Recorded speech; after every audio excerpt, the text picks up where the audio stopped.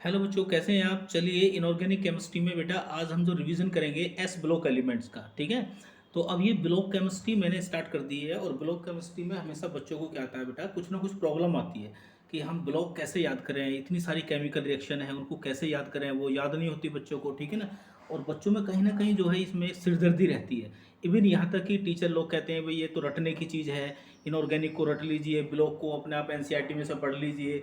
ठीक है ना। तो ऐसा नहीं है, इसको भी हम एक बढ़िया तरीके से जो है इंटरेस्टिंग बना सकते हैं, इनऑर्गेनिक को भी। और ब्लॉक की जो स्टडी है इसको हम कुछ ट्रिक और टेक्निक के द्वारा, कुछ हम रिएक्शन मैकेनिज्म के द्वारा, कुछ कंसेप्ट के द्वारा बेटा इसको बहुत आसान बना सकते हैं, इंटरेस्टिंग बना सकते हैं। और आप तो जानते हो block chemistry IIT JEE mains advance या फिर नीट के लिए अगर हम बात करें तो बहुत बहुत इंपॉर्टेंट होती है। ठीक है। तो चलो स्टार्ट करते हैं। एस ब्लॉक एलिमेंट्स, यहाँ से प्योर इनऑर्गेनिक केमिस्ट्री आपकी स्टार्ट होती है। अगर आपको छोटे मोटे कंसेप्ट जो आपने पीरियोडिक टेबल और बेटा केमिकल बॉन्डिंग में सीखे हैं, तो फिर इनऑर्गेनिक में या ब्लॉक केमिस्ट्री में कोई भी दिक्कत नहीं आने वाली है। ठीक है। तो चलो बेटा स्टार्ट करते हैं। मैं योगेश कुमार, केमिस्ट्री बॉस, ये हमारा यूट्यूब चैनल है। ठीक है। और आई होप कि आप इस एस ब्लॉक के रिवीजन के बाद में नीट की बात करें, जेई मेंस की बात करें, कोई भी क्वेश्चन अगर आप सोल्व कर रहे होगे तो वो आसानी से आपका सोल्व हो जाएगा। ठीक है। चलिए देखो बेटा, एस ब्लॉक एलिमेंट की अगर हम बात करें तो बेटा ये दो ग्रुप में बटा है। एक होता है आपका कौन सा, जिसे हम कहते हैं फर्स्ट ए ग्रुप। ठीक है। तो फर्स्ट ए में जो एलिमेंट रखे जाते हैं, आपने ये सब याद कर रखे हैं। ठीक है। इनके अलग अलग तरीके बना रखे हैं ये लोगों ने। ठीक है। Lithium, sodium, potassium, RB, caesium, francium, ये जो होते हैं आपके, ये सारे के सारे एलिमेंट ये कहलाते हैं हमारे एल्केली मेटल्स। क्यों कहलाते हैं एल्केली मेटल? एल्केली का मतलब तो बेस होता है भाई, तो इनको एल्केली मेटल हम इसलिए कहते हैं जो इनके ऑक्साइड होते हैं ना बेटा, वो वाटर में डिजोल्व होकर क्या बना लेते हैं, एल्केली बनाते हैं, बेस बनाते हैं, इसलिए इनको क्या कहते हैं, एल्केली मेटल कहते हैं। ठीक है। अब इसमें ये जो लास्ट वाला जो फ्रांसियम है ना बेटा, ये रेडियो एक्टिव एलिमेंट होता है। ठीक है ना। इसका हाफ लाइफ पीरियड भी बहुत कम होता है, लगभग 23 या 21 मिनट के करीब होता है, तो इसलिए हम इसके बारे में कुछ नहीं पढ़ेंगे। ठीक है। ये लिख दिया मैंने यहाँ पे। ठीक है। तो ये रेडियो एक्टिव है, इसके बारे में हम नहीं पढ़ेंगे। हम जो स्टडी करेंगे lithium, sodium, potassium, RB, caesium के बारे में करेंगे। अगर हम सेकंड डे की बात करें तो सेकंड डे में कौन कौन से एलिमेंट रखे गए बेटा, beryllium, magnesium, calcium, strontium, barium, radium. तो इसमें ये जो रेडियम एलिमेंट है ना बेटा, रेडियम, ये भी रेडियो एक्टिव है, तो इसके बारे में भी हम नहीं पढ़ेंगे। ठीक है। अब बेटा मैं बताऊँ आपको, फर्स्ट डे वाले जो एलिमेंट है इनको क्या बोलते हैं, एल्केली मेटल। इनकी वैलेंसी सेल का इलेक्ट्रॉनिक कॉन्फ़िगरेशन अगर आप देखोगे तो इनकी लास्ट वाला जो इलेक्ट्रॉन होता है ना, वो एस ऑर्बिटल में एंटर करता है।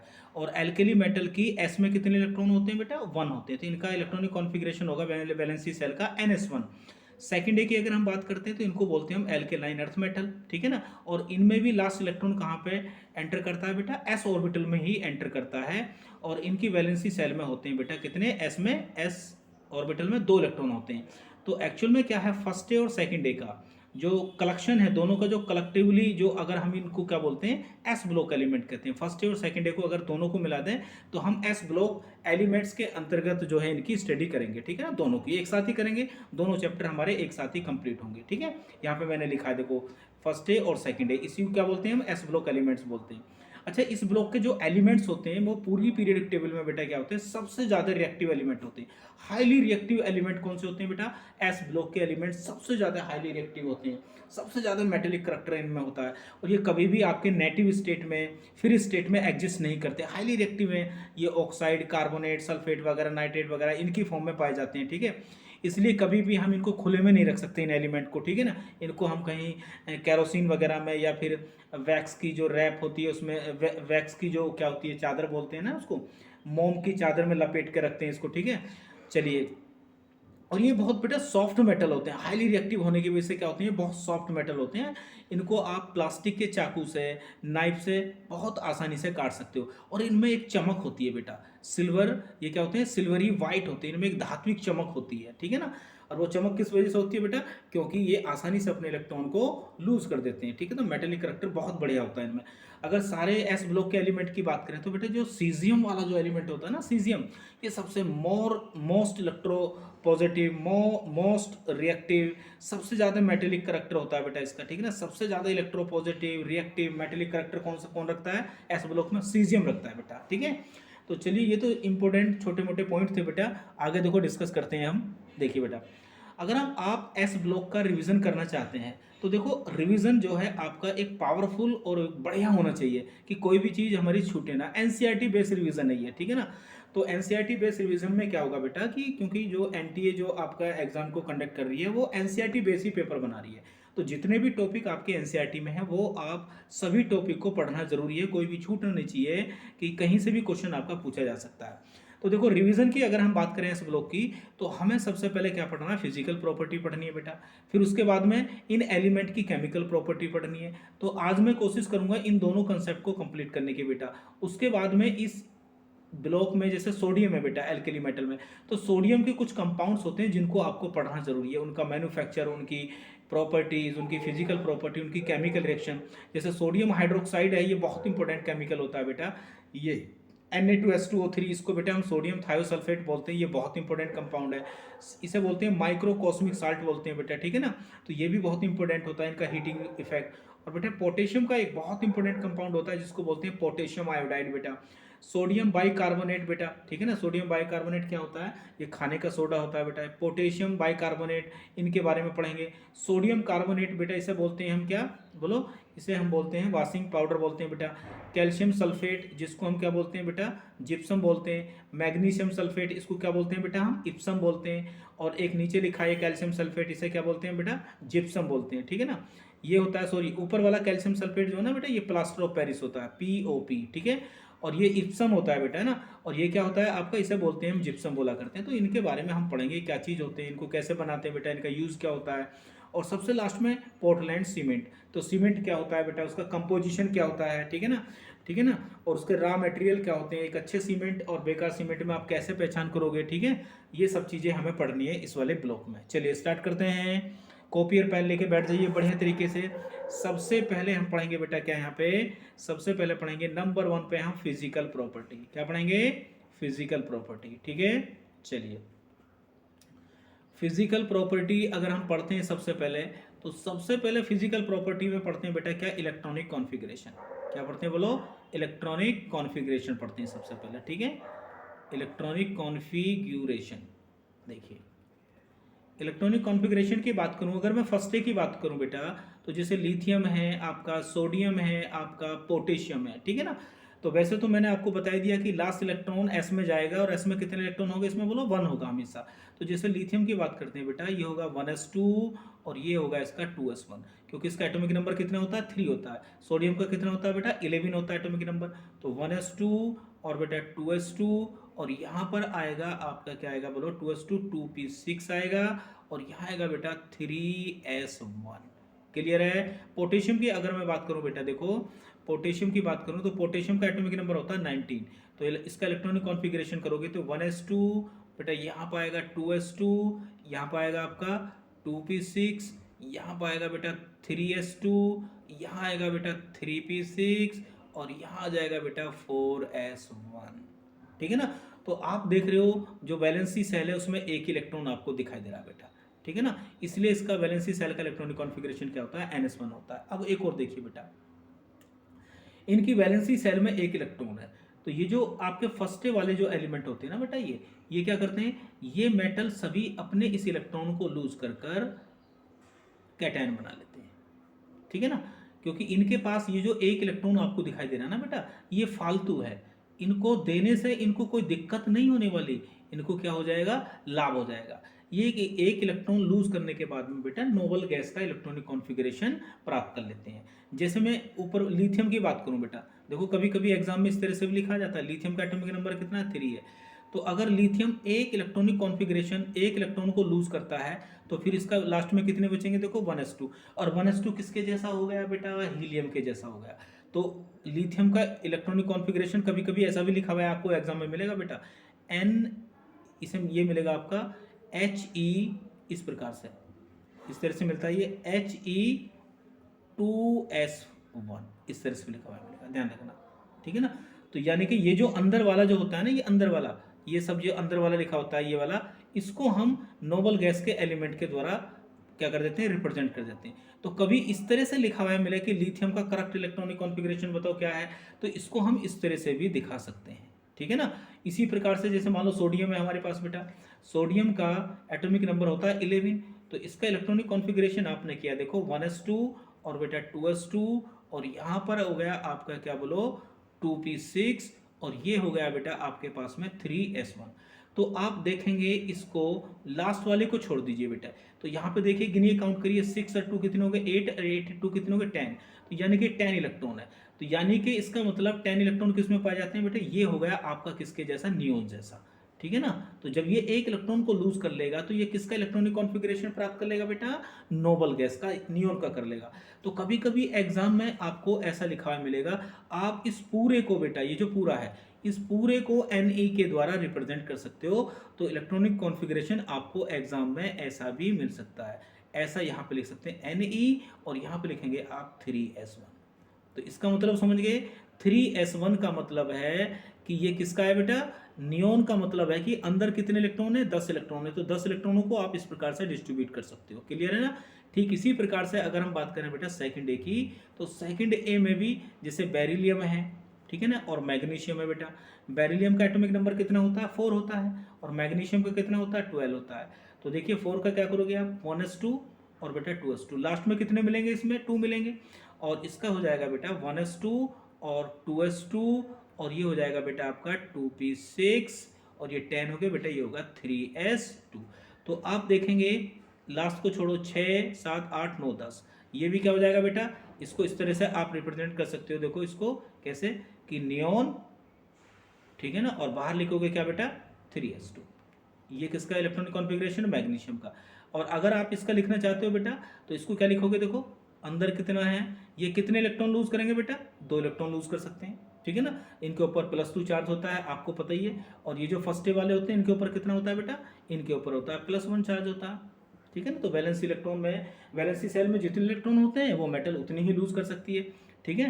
तो वो मोनोवैलेंट होते हैं, ये क्या होते हैं बेटा, बाईवैलेंट होते हैं। उनकी ऑक्सीडेशन स्टेट +1 होती है एल्केली मेटल की, और एल्केलाइन अर्थ मेटल वालों की क्या होती है, +2 होती है। तो इसको लिख सकते हैं आप किस प्रकार से, हीलियम He, और बेटा ये हो गया आपका यहाँ पे 2s2। ठीक है ना। तो कभी कभी इस प्रकार से भी आप लिख सकते हो इसको। ठीक है। चलिए ये होगा बेटा इनका इलेक्ट्रॉनिक कॉन्फ़िगरेशन की बात। ठीक है। दूसरे नंबर पे जो इनकी फिजिकल प्रॉपर्टी आती है बेटा, वो आती है आपकी कौन सी, सेकंड नंबर पे कौन सी फिजिकल प्रॉपर्टी आती है बेटा, इनकी वैलेंसी। ठीक है ना।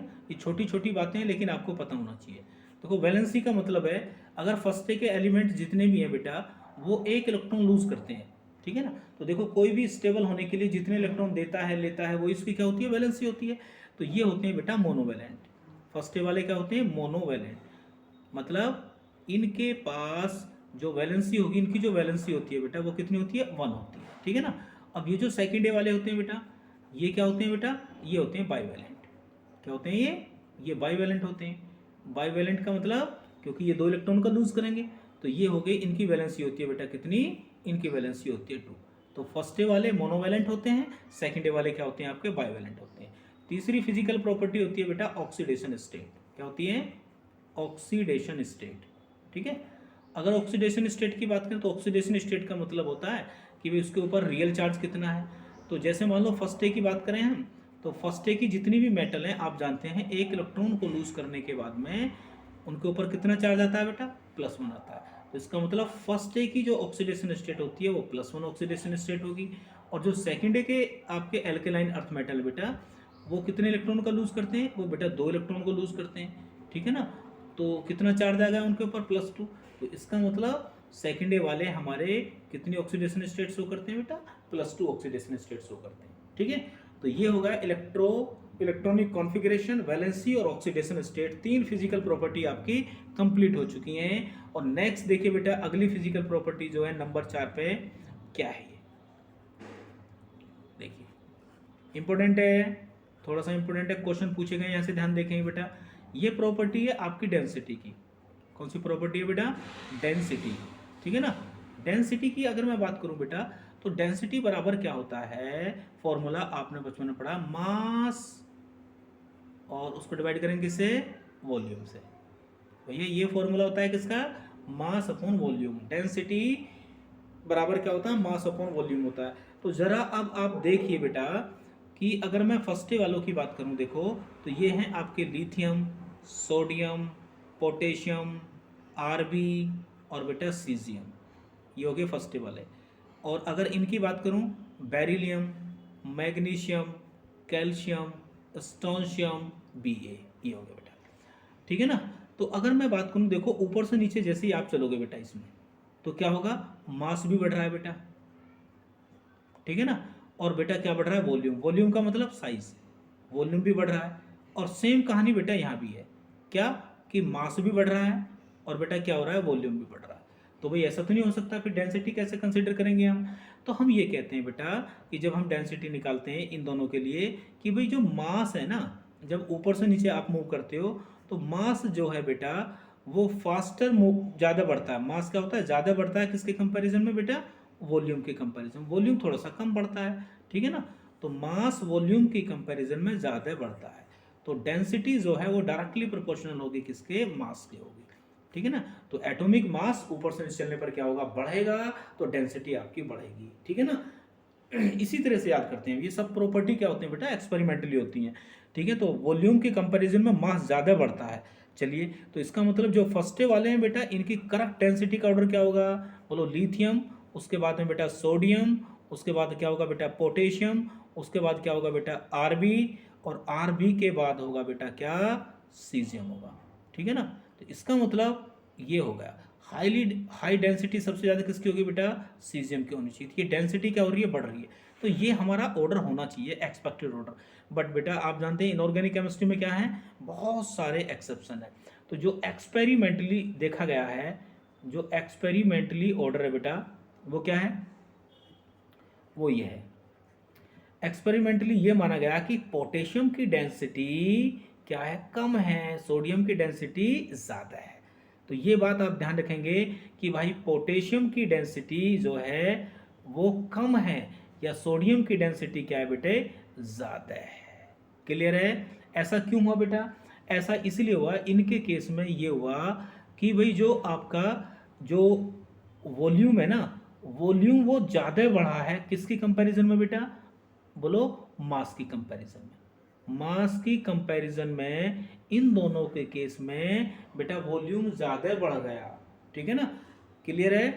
चलो, तो अब करेक्ट ऑर्डर क्या आएगा बेटा, करेक्ट ऑर्डर आ जाएगा आपका लिथियम, और उसके पीछे आ जाएगा बेटा पोटेशियम, और उससे आगे आ जाएगा बेटा सोडियम, और सोडियम से आगे आ जाएगा बेटा आरबी, और ये हो जाएगा आपका सीजियम। तो डेंसिटी का ऑर्डर अगर फर्स्ट डे की बात करें तो बस यही ध्यान रखना आपको कि भाई सोडियम की डेंसिटी जो है वो किससे ज़्यादा हो गई, पोटेशियम से ज़्यादा हो गई, ये याद करना आपको बस, ठीक है ना। तो अब इसका रीज़न क्या दोगे, रीज़न वैसे बहुत सारे हैं, आप ये कहोगे भी कि पोटेशियम की डेंसिटी कम क्यों हो गई, आप ये बताओगे कि पोटेशियम के केस में मास की कंपैरिजन में बेटा वो वॉल्यूम जो है ज़्यादा बढ़ा है, क्योंकि पोटेशियम कौन से पीरियड का बेटा, थर्ड पीरियड का, और थर्ड पीरियड में जो इसके पास क्या होती है, खाली डी ऑर्बिटल होती है बेटा, और वो खाली डी ऑर्बिटल का मतलब क्या है, वॉल्यूम बढ़ गया, इसलिए इसकी डेंसिटी क्या होगी बेटा, कम होगी। जबकि सोडियम कौन सा है बेटा, सोडियम के केस में ऐसा नहीं है, ठीक है। चलिए नेक्स्ट आगे देखिए, अगर हम बात करें, अगर हम बात करें बेटा सेकंड ए की, सेकंड ए की डेंसिटी की हम बात करें, तो देखो यहाँ पर बेरिलियम, मैग्नीशियम, और बेटा कैल्शियम, और स्ट्रोंशियम, और बेटा Ba, ये एलिमेंट है आपके, ठीक है ना।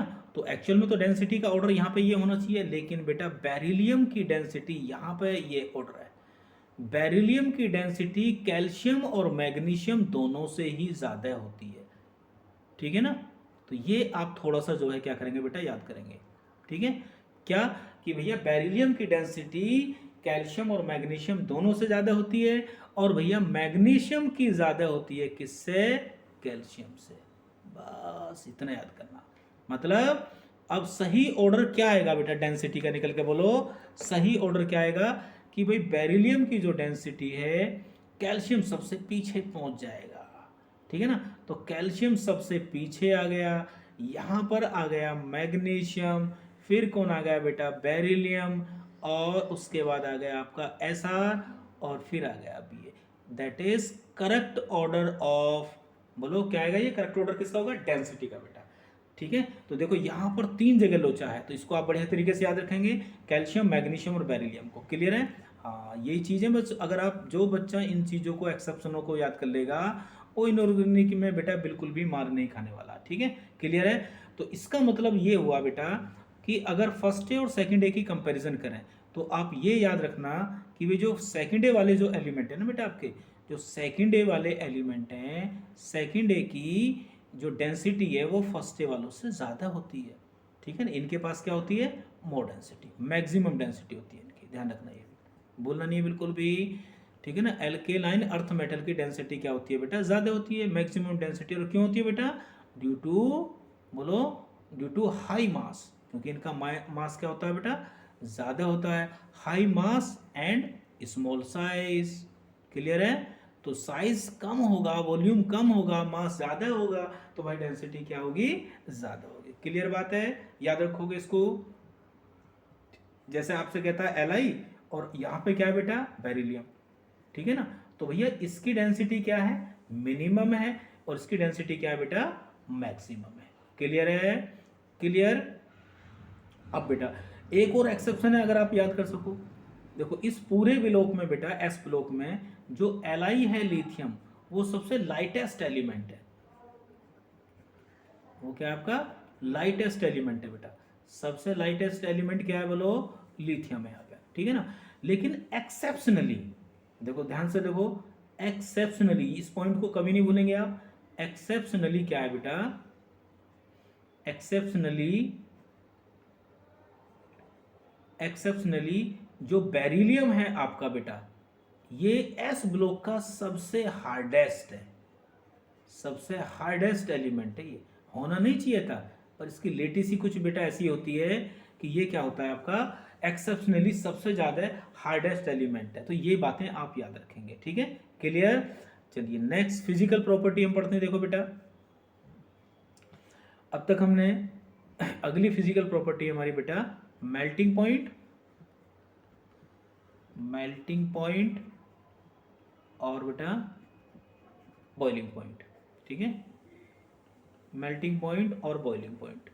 अगर हम मेल्टिंग पॉइंट और बॉइलिंग पॉइंट की बात करें बेटा, आप जानते हैं ये क्या है, एस ब्लॉक के एलिमेंट क्या होते हैं, बोलो। एस ब्लॉक के जो एलिमेंट होते हैं ना बेटा, ये एलिमेंट क्या होते हैं बोलो, ये बहुत सॉफ्ट होते हैं यार। क्या होते हैं ये, सॉफ्ट मेटल होती है। ये बहुत हार्ड मेटल तो होती नहीं है, ये होती है सॉफ्ट मेटल्स।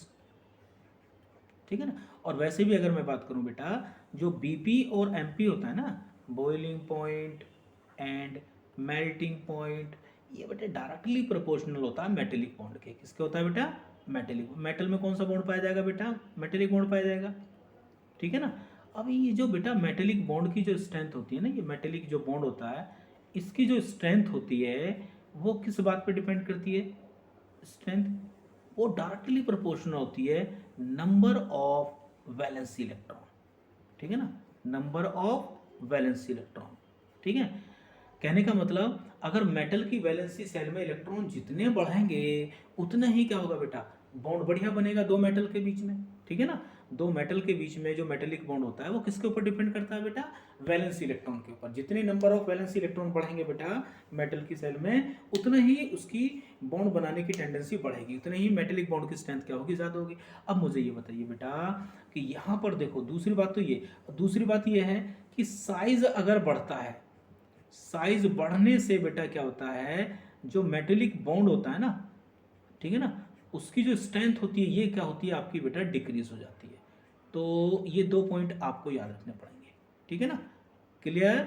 वैलेंसी सेल में इलेक्ट्रॉन जितने ज़्यादा होंगे उतने ही मेटेलिक बॉन्ड की स्ट्रेंथ ज़्यादा होगी, और साइज अगर मेटल का बड़ा होगा तो उतनी मेटेलिक बॉन्ड की स्ट्रेंथ क्या होगी, कम होगी। यानी कि मेटल का जितना साइज छोटा होगा, ठीक है ना, उतना ही बॉन्ड क्या होगा, बढ़िया होगा। क्लियर है, तो चलो देखते हैं बेटा यहाँ पे। यहाँ पे तो बेटा अगर फर्स्ट डे की बात करें हम, तो यहाँ पर फर्स्ट डे में तो देखिए लास्ट में एक इलेक्ट्रॉन है बेटा, इसलिए तो ये बहुत सॉफ्ट होते हैं। सेकंड डे की भी अगर हम बात करें तो बेटा इनके पास क्या होता है, इनके पास 2 इलेक्ट्रॉन होते हैं। तो इनके बीच में क्या होता है बेटा, इनमें वीक मेटेलिक बॉन्डिंग होती है, इसलिए इनका जो एस ब्लॉक के जो एलिमेंट होते हैं ना, एस ब्लॉक के एलिमेंट के बारे में ये कहा जाता है कि भैया इनका जो मेल्टिंग पॉइंट होता है, इनके पास में लो मेल्टिंग पॉइंट और बेटा लो बॉइलिंग पॉइंट होता है इनका। ठीक है ना, they have low melting and boiling point due to weak metallic bonding. ठीक है ना, क्लियर है। तो अब मुझे बताओ बेटा, जैसे लिथियम की बात करें, सोडियम की बात करें, पोटेशियम की बात करें, आरबी की बात करें, सीजियम की बात करें, तो ऊपर से नीचे चलने पर क्या हो रहा है बेटा, बोलो साइज बढ़ रहा है। अगर साइज बढ़ेगा तो भैया एमपी एंड बीपी क्या होगा, बोलो घटेगा। क्लियर। तो सबसे ज़्यादा बीपी किसका होगा बेटा, इसी का होगा। सेम केस इसी का ही है। बेरिलियम है बेटा, मैग्नीशियम है, कैल्शियम है, स्टोनशियम है, बी है। हालांकि इनका मेल्टिंग पॉइंट जो होता है ना वो रेगुलर नहीं होता, ठीक है ना।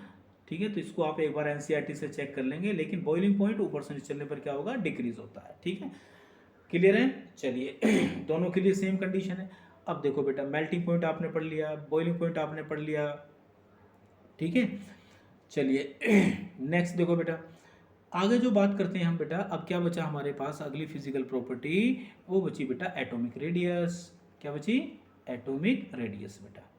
ठीक है, तो अगर हम एटॉमिक रेडियस की बात करें तो एटॉमिक रेडियस आप जानते हैं, जैसे ही ग्रुप में हम जैसे लिथियम है, सोडियम है, पोटेशियम है, आरबी है और बेटा सीजियम है, तो देखो आप जानते हैं ऊपर से नीचे चलने पर क्या होगा बेटा, नंबर ऑफ सेल बढ़ेंगे। क्या बढ़ेंगे, नंबर ऑफ सेल बढ़ेंगे आपकी।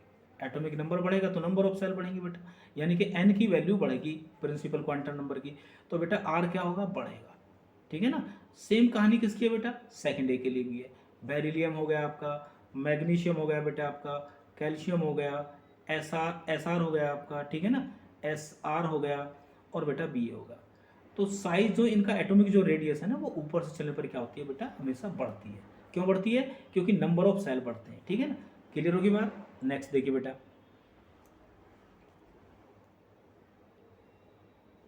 नेक्स्ट अगर हम नेक्स्ट की बात करें बेटा, आयनिक रेडियस की अगर हम बात करें इनकी, देखो यहाँ से भी क्वेश्चन पूछा गया आपका आयनिक रेडियस।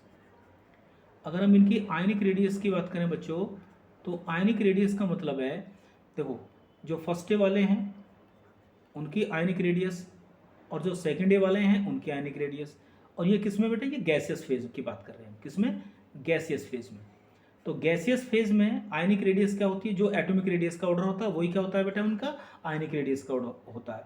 तो जैसे Li प्लस है, Na प्लस है और बेटा K प्लस है, Rb प्लस है और Cs प्लस है। क्लियर। तो देखो ऊपर से नीचे चलने पर बेटा आयनिक रेडियस भी क्या होगी आपकी, इंक्रीज होगी। ठीक है ना। सेम सेकेंड ए की बात करते हैं, Be+2, Mg+2 और Ca+2 और Sr+2 और Ba+2। अभी हम हाइड्रेटेड रेडियस की बात नहीं कर रहे हैं ना। हाँ, ये होगी बेटा आयनिक रेडियस, इस तरह से आपकी बढ़ेगी ये वाली। ठीक है, ये आयनिक रेडियस होती है। और अगर किसी वजह से हाइड्रेटेड रेडियस की बात करें, किसकी बात करें, ये मैंने आगे भी आपको पीछे पढ़ा चुका हूँ बेटा। तो हाइड्रेटेड रेडियस क्या होती है, हाइड्रेटेड रेडियस, हाइड्रेटेड रेडियस का मतलब है बेटा कि इन कैटायन को अगर आप पानी में डाल दो तो वाटर के मॉलिक्यूल क्या होंगे, इनके साथ में जुड़ जाएंगे। ठीक है ना, उसी को बोलते हैं हम हाइड्रेशन। तो जितना छोटा साइज होता है कैटायन का उतना ही उसकी जो है हाइड्रेशन बढ़िया होगा, और पानी में डालने के बाद में क्या होगा, उसका साइज बड़ा हो जाएगा। तो ऑर्डर ये हो जाएगा बेटा फिर Li+AQ, इसे बोलते हैं हाइड्रेटेड रेडियस। उल्टा हो जाएगा Na+AQ बेटा, ठीक है ना, और K+AQ और बेटा यहाँ हो जाएगा आपका Cs+AQ। दोनों का सेम ऑर्डर होगा, यहाँ Be+2AQ, ठीक है ना, Mg+2AQ और Ca+2AQ और Ba+2AQ, इसे बोलते हैं हाइड्रेटेड रेडियस। ठीक है ना। तो हाइड्रेटेड रेडियस जो होती है बेटा वो किस पर डिपेंड करती है, हाइड्रेशन पावर पर। ठीक है ना। अब इन जो ऊपर जो कैटायन है ना, ये गैसेस कैटायन, इनको वाटर में डालेंगे तो वाटर के मॉलिक्यूल इनके साथ जुड़ जाएंगे। ठीक है ना। तो वाटर के मॉलिक्यूल का इनके साथ में जुड़ जाना ही एक फिजिकल एसोसिएशन होता है ये। ठीक है ना, वाटर के मॉलिक्यूल का इनके साथ में जुड़ जाना, ठीक है ना, उसी को बोलते हैं हाइड्रेशन। ठीक है, तो जिसका जितना छोटा साइज होगा वाटर के मॉलिक्यूल उसके साथ उतने ही ज़्यादा जुड़ेंगे, तो बेटा वाटर के अंदर उसका साइज क्या हो जाएगा, बड़ा हो जाएगा। तो ये हाइड्रेटेड रेडियस जो होती है ये उल्टी होती है बेटा एटॉमिक और आयनिक रेडियस से। ठीक है ना, इसको ध्यान से देखेंगे। क्लियर है। चलिए नेक्स्ट देखो बेटा, मेल्टिंग पॉइंट हो गया, बॉइलिंग पॉइंट हो गया, हाइड्रेशन हो गया, हाइड्रेटेड रेडियस होगी बेटा, ठीक है। अब देखिए बेटा ionisation energy, next physical property आपकी आयनाइजेशन एनर्जी। चलिए आयनाइजेशन एनर्जी के बारे में बात करते हैं। आयनाइजेशन एनर्जी की बात करें, आईई, तो आयनाइजेशन एनर्जी आप जानते हो बेटा, कोई अगर गैसियस एलिमेंट है, ठीक है ना, और उसको हम बाहर से क्या देते हैं, एनर्जी देते हैं, ठीक है ना, तो उसके जो वैलेंसी सेल के इलेक्ट्रॉन है वो एक्साइट होकर क्या होंगे बेटा, बाहर निकल जाएंगे। दैट इज, इसी को बोलते हैं हम आयनाइजेशन एनर्जी, ठीक है ना। किसी आइसोलेटेड गैसियस एटम की वैलेंसी सेल से एक सिंगल इलेक्ट्रॉन निकालने के लिए आप जितनी एनर्जी उसको देते हो उसी को बोलते हैं आयनाइजेशन एनर्जी। क्लियर होगा। तो ये एक एंडोथर्मिक प्रोसेस होती है। अगर इलेक्ट्रॉन आसानी से निकल रहा है, ठीक है ना, तो हमें कम एनर्जी देनी पड़ेगी, हम बोलेंगे आयनाइजेशन एनर्जी कम है। इलेक्ट्रॉन को निकालने के लिए ज़्यादा एनर्जी दे रहे हो, ठीक है ना, तो हम बोलेंगे आयनाइजेशन एनर्जी क्या है, ज़्यादा है। अब तुम जानते हो पूरी पीरियोडिक टेबल में बेटा सबसे कम आयनाइजेशन एनर्जी किसकी होती है, बोलो एस ब्लॉक के एलिमेंट्स की होती है, ठीक है ना। तो ये क्या रखते हैं बेटा, लो आयनाइजेशन एनर्जी होती है इनकी। क्या होती है, लो आयनाइजेशन एनर्जी। क्यों होती है बेटा, क्योंकि इनका मेटेलिक करैक्टर क्या होता है, बहुत ज़्यादा होता है। ये हाईली इलेक्ट्रोपॉजिटिव होती है, इनकी इलेक्ट्रॉन लूज करने की टेंडेंसी बहुत क्या होती है, ज़्यादा होती है। ये तो अपने आप ही इलेक्ट्रॉन को देने के लिए तैयार बैठे होते हैं, और थोड़ी सी अगर एनर्जी दे दी तो वैलेंसी सेल के इलेक्ट्रॉन बेटा क्या हो जाएंगे, निकल जाएंगे, ठीक है ना। चलिए, तो बेटा अगर हम आयनाइजेशन एनर्जी की बात करें तो आयनाइजेशन जो एनर्जी होती है आपकी बेटा, वो इन्वर्सली प्रोपोर्शन होती है किसके, साइज के, ग्रुप में, ठीक है ना। ये फॉर्मूला हमेशा वैलिड नहीं होता, लेकिन ये फॉर्मूला एस ब्लॉक में आपका वैलिड होगा। साइज जितना बड़ा होगा बेटा, इलेक्ट्रॉन उतना ही आसानी से निकल जाएगा। अगर आसानी से निकल जाएगा तो आप बोलोगे उसको आयनाइजेशन एनर्जी क्या है, कम है बेटा, ठीक है ना। तो चलिए देखो, अगर आप फर्स्ट इलेक्ट्रॉन निकाल रहे हो, एक इलेक्ट्रॉन निकाल रहे हो बेटा, तो उसे बोलते हैं फर्स्ट आयनाइजेशन एनर्जी। तो अगर मैं जैसे यहाँ पे लिखता हूँ ऑर्डर, फर्स्ट आयनाइजेशन एनर्जी का ऑर्डर लिखता हूँ बेटा, लिथियम और बेटा सोडियम और बेटा पोटेशियम और बेटा आरबी और बेटा सीजियम, ठीक है ना। तो ऊपर से नीचे जैसे ही आप चलोगे तो बेटा इनकी आयनाइजेशन एनर्जी जो है वो क्या होगी, डिक्रीज होगी। ऊपर से नीचे चलने पर क्या होता है बेटा, आयनाइजेशन एनर्जी क्या होती है इनकी, डिक्रीज होती है। क्यों डिक्रीज होती है, क्योंकि बेटा आर की वैल्यू बढ़ती है, साइज इनका बढ़ जाता है, ठीक है। और अगर मैं यही ऑर्डर बेटा सेकंड ए के लिए बात करूं तो ये ही सेम रहेगा, ठीक है ना। बेरिलियम, मैग्नीशियम, कैल्शियम और बेटा स्ट्रोंशियम और Ba, इनकी भी जो फर्स्ट आयनाइजेशन एनर्जी है बेटा, वो ऊपर से नीचे चलने पर क्या होगी बोलो, वो आपकी डिक्रीज होगी। क्लियर है, क्योंकि साइज बढ़ेगा। क्लियर है, फर्स्ट आयनाइजेशन एनर्जी। ध्यान से देखो जरा यहाँ पे, अब मैं यहाँ पे क्या लिखता हूँ, देखो फर्स्ट वाले एलिमेंट लिखता हूँ। यहाँ पे देखिए ध्यान से ज़्यादा, ये आपका लिथियम है, ये आपका सोडियम है, ये आपका पोटेशियम है, ये आपका आरबी है और ये आपका सीजियम है। नो डाउट आप जानते हैं इनकी वैलेंसी सेल में कितने इलेक्ट्रॉन है बेटा, एक इलेक्ट्रॉन होता है। जरा ध्यान से देखिए, सोडियम के बारे में बात कर रहे हैं। चलो सोडियम को देखिए जरा, इसकी वैलेंसी सेल में कितने इलेक्ट्रॉन है बेटा, ध्यान से देखो, 1s2 और बेटा 2s2 और बेटा देखो 2p6 और बेटा क्या होगा ये 3s1, ठीक है ना। देखो अगर फर्स्ट आयनाइजेशन एनर्जी की बात करें तो ये वाला इलेक्ट्रॉन क्या होगा, निकल गया बेटा, आसानी से निकल जाएगा, ठीक है ना। फर्स्ट आयनाइजेशन एनर्जी, एक इलेक्ट्रॉन निकालने के लिए जो एनर्जी दे रहे हो उसे फर्स्ट आयनाइजेशन एनर्जी। एक इलेक्ट्रॉन निकलने के बाद में जो बनेगा बेटा, ठीक है ना, वो क्या बनेगा बोलो। और अगर आप सेकंड आयनाइजेशन एनर्जी की बात कर रहे हो, मतलब अब आप एक इलेक्ट्रॉन निकालने के बाद में कहाँ से इलेक्ट्रॉन निकालना चाह रहे हैं बेटा, देखो 2p6, 2p6, यानी कि ये तो क्या है बेटा, आपकी पूरी भरी हुई है, ठीक है ना, तो फुल्ली फिल्ड है। तो हमेशा ध्यान रखो बेटा, फर्स्ट आयनाइजेशन एनर्जी की कंपैरिजन में कौन सी ज़्यादा होती है बेटा, आयनाइजेशन एनर्जी सेकंड होती है, ठीक है ना। एक इलेक्ट्रॉन निकालने के बाद में बेटा जो अगला जो इलेक्ट्रॉन आप निकालोगे बेटा वो क्या होगा, देखो पी क्या है बेटा, पूरी भरी हुई है, साइज क्या हो जाता है, छोटा हो जाता है बेटा, इलेक्ट्रॉन न्यूक्लियस के पास आ जाते हैं, ठीक है ना, तो इलेक्ट्रॉन को निकालना क्या हो जाता है, कठिन हो जाता है, ठीक है ना। क्लियर है। इसी प्रकार से अगर बेटा इसमें से और तीसरा इलेक्ट्रॉन निकालोगे तो वो और भी कठिन हो जाएगा। तो अगर किसी एक ही एलिमेंट से आप एक के बाद एक इलेक्ट्रॉन निकालते हो ना बेटा, तो उसकी आयनाइजेशन एनर्जी का ऑर्डर ये होता है। इसे बोलते हैं फर्स्ट आयनाइजेशन एनर्जी, इसे बोलते हैं सेकंड आयनाइजेशन एनर्जी, इसे बोलते हैं थर्ड आयनाइजेशन एनर्जी। और एक के बाद एक इलेक्ट्रॉन निकालने की जो टेंडेंसी है बेटा, इसी को बोलते हैं हम सक्सेसिव आयनाइजेशन एनर्जी।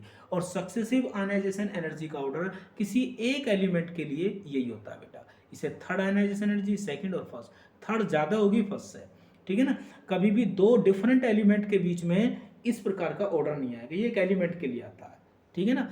तो आपने क्या सीखा बेटा कि जितने भी फर्स्ट वाले एलिमेंट हैं एल्केली मेटल, ठीक है ना, उनकी जो आपकी फर्स्ट आयनाइजेशन एनर्जी की वैल्यू होती है आई, ये वाली, ठीक है ना। उससे ज़्यादा कौन सी होगी बेटा, IE2 होगी। IE2 क्या होगी एक एलिमेंट के लिए, सॉरी एक एलिमेंट के लिए क्या होगी, बोलो कौन सी वाली ज़्यादा होगी, बोलो, हाँ E2 वाली ज़्यादा होगी, ठीक है ना, IE2 वाली ज़्यादा होगी। चलो, लिथियम, सोडियम, पोटेशियम, Rb और सीजियम ये लिखा हुआ है। एग्जामिनर कहता है आपसे कि फर्स्ट आयनाइजेशन एनर्जी का ऑर्डर बताइए, तो फर्स्ट आयनाइजेशन एनर्जी का ऑर्डर क्या था, ये था बेटा, कोई दिक्कत नहीं, क्लियर होगा। फर्स्ट आयनाइजेशन एनर्जी का मतलब है कि आपने M से क्या बना लिया बेटा, M+ बना लिया, क्लियर है। तो इसको आप कह रहे हो क्या, बोलो E1 कह रहे हो, IE1 कह रहे हो आपको, ठीक है ना। अब एग्जामिनर आपसे ये भी पूछ सकता है बेटा कि इनकी सेकंड आयनाइजेशन एनर्जी का ऑर्डर बताइए, IE2। अब ध्यान रखना, अब अलग अलग एलिमेंट है तो वो सक्सेसिव वाला केस नहीं चलेगा यहाँ पे, ठीक है ना। तो अब देखिए सेकंड आयनाइजेशन एनर्जी का ऑर्डर भी क्या होता है बेटा, सेम ही रहता है। क्यों बोलो, लिथियम के पास देखियो भाई, अगर लिथियम का इलेक्ट्रॉनिक कॉन्फ़िगरेशन की बात करो भैया, क्या था 1s2 और 2s1 है। अरे एक इलेक्ट्रॉन निकालने के बाद में अब क्या बचा, 1s2 बचा। अरे ये तो किसके जैसा बन गया, ये तो हीलियम के जैसा बन गया, स्टेबल हो गया। तो भैया यहाँ से इलेक्ट्रॉन निकालना तो बहुत मुश्किल है। तो जो फर्स्ट आयनाइजेशन एनर्जी का ऑर्डर है बेटा, एल्केली मेटल हो या आपके एल्केलाइन अर्थ मेटल हो, सेम ही होता है। लिथियम बेटा, सोडियम, पोटेशियम, Rb और बेटा सीजियम। क्लियर बात है, अरे क्लियर है, बोलो, क्योंकि ये नोबल गैस जैसे बन जाते हैं। एक इलेक्ट्रॉन लूज करने के बाद में फिर इनका इलेक्ट्रॉनिक कॉन्फ़िगरेशन बेटा कैसा हो जाता है, नोबल गैस जैसा, जो कि स्टेबल होता है। तो वहां से इलेक्ट्रॉन निकालने के लिए बहुत सारी एनर्जी आपको देनी पड़ेगी, क्लियर है। तो फर्स्ट का भी वही ऑर्डर होगा और किसका होगा बेटा, सेकंड का भी वही होगा। तो इसी प्रकार से हम बात करें अगर सेकंड ए की बेटा, क्लियर है। तो सेकंड ए में भी फर्स्ट आयनाइजेशन एनर्जी का ऑर्डर क्या होगा बेटा, वही होगा सेम, कि बेरिलियम, मैग्नीशियम और बेटा कैल्शियम, और यहाँ पर होगा स्ट्रोंशियम, और ये होगा आपका बी। क्लियर है, देखो सेम ऑर्डर होगा ये, ठीक है ना, क्लियर है। अब अगर वो कहता है कि सेकंड आयनाइजेशन एनर्जी का ऑर्डर बेटा क्या होगा, तो बेटा सेकंड आयनाइजेशन एनर्जी का भी ऑर्डर क्या होगा, सेम ही होगा ये, ठीक है ना, क्लियर। अब यहाँ पे एक इंपॉर्टेंट बात आपको ध्यान रखनी है, क्या ध्यान रखनी है भैया, कि एक तो हो गई सेकंड आयनाइजेशन एनर्जी, एक तो फर्स्ट आयनाइजेशन एनर्जी की बात करते हैं, एक होगी हमारे पास क्या बेटा, सेकंड आयनाइजेशन एनर्जी। तो फर्स्ट आयनाइजेशन एनर्जी किसकी ज़्यादा होती है, बोलो सेकंड ए वालों की ज़्यादा होती है, क्योंकि उनका साइज छोटा होता है फर्स्ट ए से। क्लियर है, ध्यान से देखेंगे बेटा बढ़िया तरीके से। देखो फर्स्ट आयनाइजेशन एनर्जी किसकी ज़्यादा होती है, एल्केलाइन अर्थ मेटल की होती है, क्योंकि उनका साइज क्या होता है, आपका छोटा होता है बेटा। अगर सेकंड आयनाइजेशन एनर्जी की कंपैरिजन करते हैं बेटा, तो ये फर्स्ट ए की होती है सेकंड ए वालों से ज़्यादा। तो ये बहुत इंपॉर्टेंट है, ध्यान रखेंगे आप इसको, ठीक है, क्लियर, बहुत बढ़िया। तो ये थी हमारी बेटा, बोलो क्या, फिजिकल प्रॉपर्टी। और लास्ट फिजिकल प्रॉपर्टी जो हमारी बची बेटा, वो है इलेक्ट्रोपॉजिटिव करैक्टर। कौन सा, इलेक्ट्रोपॉजिटिव करैक्टर, इलेक्ट्रोपॉजिटिव करैक्टर क्या होता है। इलेक्ट्रोपॉजिटिव करैक्टर भैया, इलेक्ट्रोपॉजिटिव करैक्टर जो होता है बेटा, ये इन्वर्सली प्रोपोर्शनल हुआ करता है आयनाइजेशन एनर्जी के। वैसे तो ये बहुत सारे फैक्टर पर डिपेंड करता है बेटा, ठीक है ना। और ये बेटा डायरेक्टली प्रोपोर्शनल हुआ करता है मेटेलिक करैक्टर के ऊपर। किसके ऊपर बेटा, मेटेलिक करैक्टर। क्लियर है, बात समझ में आ रही है भाई?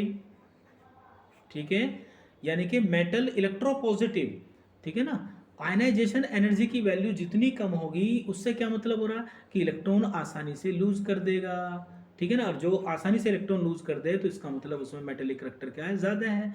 और भैया इलेक्ट्रॉन लूज करने के बाद में कैसा चार्ज आता है मेटल पे, पॉजिटिव, तो उसी को तो बोलते हैं हम इलेक्ट्रोपॉजिटिव करैक्टर। तो इसका मतलब इलेक्ट्रोपॉजिटिव करैक्टर जो है आपका बेटा ऊपर से नीचे चलने पर क्या होगा, इंक्रीज होगा। लिथियम, सोडियम, पोटेशियम, आरबी और बेटा सीसियम, ठीक है ना। तो फर्स्ट डे में सबसे ज्यादा हाईली इलेक्ट्रोपॉजिटिव और मेटेलिक करैक्टर किस में होता है, सीजियम में होता है बेटा, ठीक है ना। और सेकंड डे की अगर हम बात करें तो यहाँ भी ऊपर से नीचे चलने पर इलेक्ट्रोपॉजिटिव करैक्टर बढ़ेगा क्योंकि आयनाइजेशन एनर्जी डिक्रीज होती है आपकी। बेरिलियम, मैग्नीशियम, कैल्शियम और बेटा क्या यहाँ पर स्ट्रोंशियम, और यहाँ पर आएगा आपका बेरियम, ठीक है ना। और अगर दोनों की बात करें तो बेटा जो फर्स्ट डे वाली एल्केली मेटल होती हैं वो ज़्यादा इलेक्ट्रोपॉजिटिव होती हैं किसकी कंपैरिजन में, सेकंड डे की कंपैरिजन में होती है। क्लियर, बात समझ में आ रही है भाई? ठीक है ना। तो ये हो गया हमारा फिजिकल प्रॉपर्टी किसकी, बोलो, ये हो गई हमारी फिजिकल प्रॉपर्टी किसकी भैया, एल्केली मेटल्स और एल्केलाइन अर्थ मेटल्स, जिसको हम बोलते हैं एस ब्लॉक एलिमेंट। क्लियर है, बात समझ में आ रही है? चलिए भाई नेक्स्ट देखते हैं बेटा केमिकल रिएक्टिविटी, केमिकल प्रॉपर्टी, ठीक है। तो केमिकल रिएक्टिविटी की अगर हम बात करें या केमिकल रिएक्शन की बात करें इनकी, देखो बेटा तो केमिकल रिएक्शन में, चलिए केमिकल रिएक्शन में देखते हैं हम, ठीक है ना। तो अगर इनकी रिएक्टिविटी की बात करें तो रिएक्टिविटी आप जानते हैं बेटा ये हाईली रिएक्टिव होती है। तो हाईली रिएक्टिव होने का मतलब ये होगा कि इनकी केमिकल रिएक्शन बहुत सारी पढ़नी पड़ेंगी। अब भैया ये दोनों ही ग्रुप क्या हैं आपके, हाईली रिएक्टिव होते हैं। और इनकी रिएक्टिविटी क्या होती है बेटा, ग्रुप में ऊपर से चलने पर क्या होती है, बढ़ती है। क्यों बढ़ती है, क्योंकि भैया इलेक्ट्रोपॉजिटिव करैक्टर बढ़ता है। क्यों बढ़ता है इलेक्ट्रोपॉजिटिव करैक्टर, क्योंकि जी मेटेलिक करैक्टर बढ़ता है। भैया क्यों मेटेलिक करैक्टर बढ़ता है, क्योंकि जी आयनाइजेशन एनर्जी कम होती है, ठीक है। तो जितनी ज़्यादा इलेक्ट्रोपॉजिटिव करैक्टर होगा उतनी ही मेटल क्या होगी आपके, हाईली रिएक्टिव होगी, ठीक है। इसलिए इनको नेटिव स्टेट में हम नहीं देख सकते, ये हमेशा कंबाइंड फॉर्म में आपको मिलेंगी हैं। और बहुत ज़्यादा रिएक्टिव होती हैं इसलिए इनको कहाँ रखते हैं बेटा, कैरोसिन में रखते हैं।